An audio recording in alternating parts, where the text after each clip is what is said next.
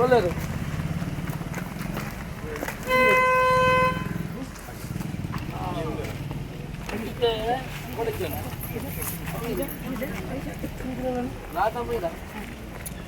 ಎಷ್ಟು ನಾಲ್ಕು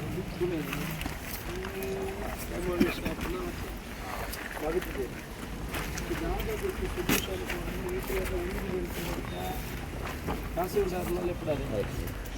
VM ತಹಸೀಲ್ದಾರನ್ನು ಕರೆಸಿದ್ದೀವಿ, ಬಡಬಾರ VAನ್ನು ಕರೆಸಿದ್ದೀವಿ, DTಯನ್ನು ಕರೆಸಿದ್ದೀವಿ, AC ಅವರು ಇದ್ದು DC ಅವರ ಹತ್ರ ಮಾತಾಡಿ ಒಂದು ಹಂತಕ್ಕೆ ನಾವು ಒಂದು ಬಂದಿದ್ದೀವಿ, ಒಂದು ಸ್ಪಂದನೆ ಕೊಡಿದ್ದೀವಿ.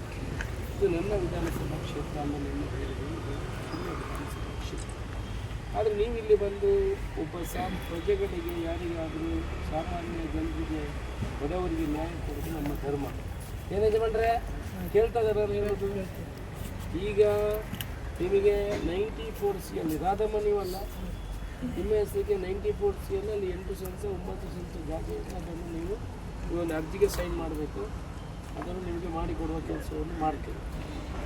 ಆ ನಂತರ ನಿಮಗೆ ಮನೆ ಕಟ್ಟಲಿಕ್ಕೆ ಸರ್ಕಾರದಿಂದ ರಾಜೀವ್ ಗಾಂಧಿಯಿಂದ ಬರುವಂಥ 2 ಲಕ್ಷ ರೂಪಾಯಿ ನಿರ್ಮಾಣ ಮಾಡೋದು.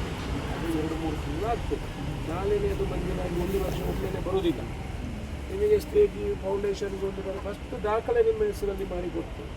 9 ಸೆನ್ಸ್ 8 ಸೆನ್ಸ್ 9 ಸೆನ್ಸ್ ಅದೇ ಜಾಗ ಅದೇ ಅದರಲ್ಲಿ 8 ಇದ್ರೆ 8, 5 ಇದ್ರೆ 5, 6 8 ಇದೆ. 9ರಿಂದ ಜಾಸ್ತಿ ಕೊಡೋಕ್ಕೆ ಆಗುತ್ತೆ. ಬರ್ಬೋದಲ್ಲಿ 9 ಮಾತ್ರ. ಅದಕ್ಕೆ 10 ದಿವಸ ಬೇಕು. ನೀವು ಇವತ್ತೊಂದು ಅರ್ಜಿ ಮಾಡಿ AC ಕೊಡಬೇಕು. ಆನಂತರ ಅದು ಮರುಪರಿಶೀಲನೆಗೆ ಅರ್ಜಿ ಹಾಕಿ ಅದನ್ನು ತಂದು 1 ವಾರ ಟೈಮ್ ಹೇಳಿದ್ರು. 10 ದಿವಸ ನಮಗೆ ಬೇಕು.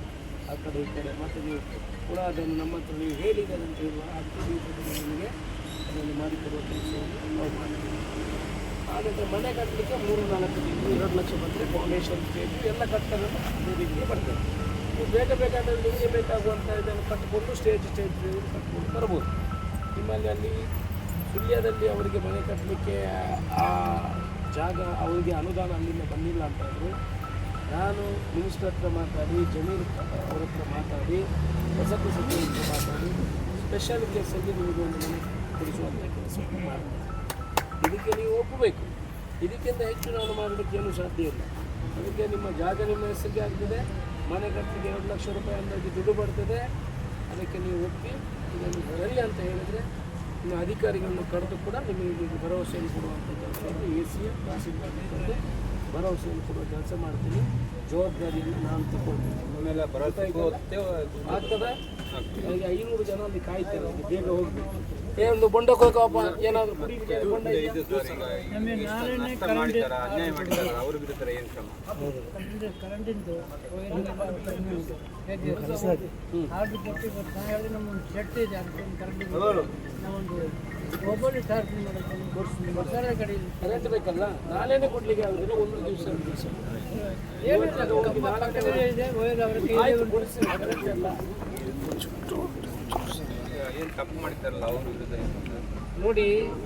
ಕೋರ್ಟ್ ಆದೇಶ ಪ್ರಕಾರ ಅವರು ಡೆಮಾಲಿಷ್ ಮಾಡಿದ್ದಾರೆ. ಅದರಲ್ಲಿ ಸ್ವಲ್ಪ ಕನ್ಫ್ಯೂಷನ್ ಇದೆ. ಅಂದರೆ ನಿಮಗೂ ಬೇರೆ ದಾಖಲೆಗಳಲ್ಲಿ ಇಲ್ಲ. ಈಗ ರಾಧಮ್ಮ ಇವರು, ಇನ್ನೊಬ್ಬರ ಹೆಸರು ರೇಣುಕಾ ಕೂಡ ಆ ಮನೆಯಲ್ಲಿದ್ದಾರೆ. ಇಲ್ಲ ಈಗ ನೀವು ಇಲ್ಲ ಅಂತ ಹೇಳಿದ್ರು ಯಾವತ್ತು ಅವರು ಇನ್ಸ್ಪೆಕ್ಷನ್ ಮಾಡಲಿಕ್ಕೆ ಬರುವಾಗ ಮನೆ ಕಟ್ತಾ ಇರುವಾಗ ರೇಣುಕಾ ಬಂದಿದ್ರು. ಅದರ ಬಗ್ಗೆ ನಾವು ಚರ್ಚೆ ಮಾಡಲಿಕ್ಕೆ ಹೋಗುವುದಿಲ್ಲ. ಇನಿಷಿಯಲ್ ರಿಪೋರ್ಟು ಪೊಲೀಸ್ ರಿಪೋರ್ಟಲ್ಲಿ ಅವರ ಹೆಸರಲ್ಲಿದೆ. ಆನಂತರ ನೀವು ಅಲ್ಲಿ ಆಧಾರ್ ಕಾರ್ಡ್, ನಿಮಗೂ ಏನು ದಾಖಲೆಗಳಿಲ್ಲ.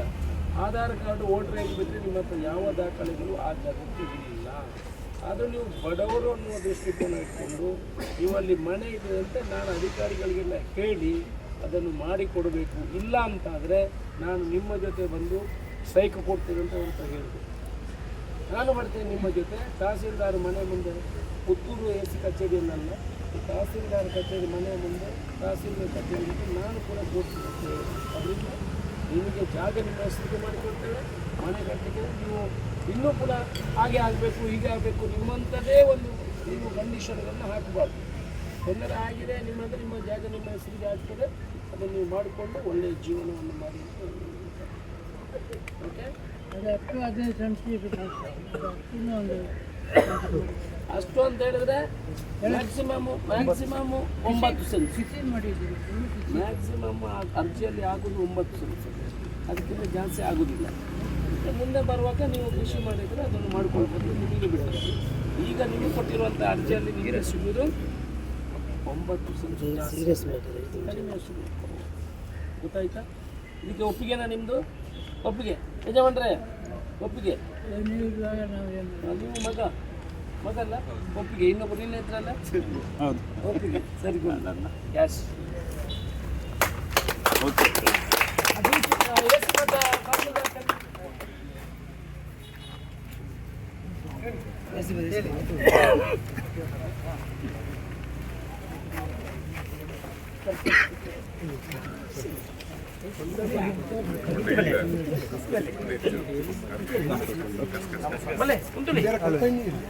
ಮುಗಿದ ಸೈಜ್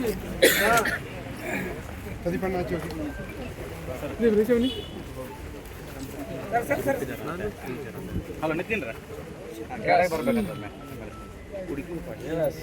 ಎಮ್ಎಲ್ಎ ಅಶೋಕ್ ರೈ ಅವರಿಗೆ, ಎಮ್ಎಲ್ಎ ಅಶೋಕ್ ರೈ ಅವರಿಗೆ, ಎಮ್ಎಲ್ಎ ಅಶೋಕ್ ರೈ ಅವರಿಗೆ, ಬಡವರ ಬಂಧು ಎಮ್ಎಲ್ಎ ಅಶೋಕ್ ರೈ ಅವರಿಗೆ. ಎಸಿ ಮತ್ತೆ ತಹಸೀಲ್ದಾರ್ ಕರೀದೊಮ್ಮೆ.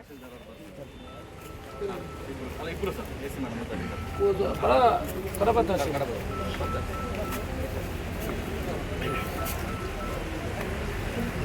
ಜನ ನೋಡಿ, ನನ್ನನ್ನು ಕರ್ಕೊಂಡು ಬಂದದ್ರಿಂದ ಇವರು ಮಾಧ್ಯಮದವರು.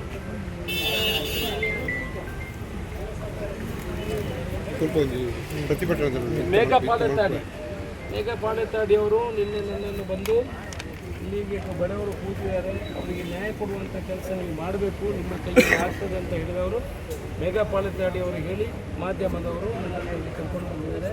ಅವರಿಗೊಂದು ಧನ್ಯವಾದ ಹೇಳಬೇಕು. ಗಿರೀಶಣ್ಣ ಮತ್ತು ಅವರು ನೋಡಿಕೊಳ್ತಾ ಇದ್ರು ಇಷ್ಟು ದಿವಸ ಕೂಡ. ಅವರಿಗೆ ಊಟ ಹೊತ್ತಿಗೆಲ್ಲ ಅವರು ಕೊಡ್ತಾ ಇದ್ರು.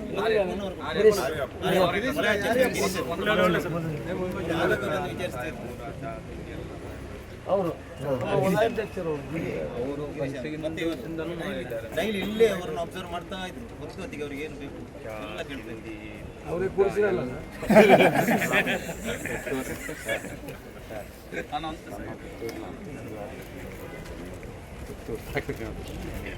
ಬಂದ್ರ ಬಿಟ್ಟು ಅವ್ರ ಬಂದೇ ಇಲ್ಲ ಇನ್ನು ಕಡಬಾರು ಸುಳ್ಳಿಲ್ಲ ಧಿಕ್ಕಾರ. ನಿಮಗೇನಾದ್ರು ನನ್ನ ಹತ್ರ ಪ್ರಶ್ನೆಗಳಿದ್ರೆ ಕೇಳು.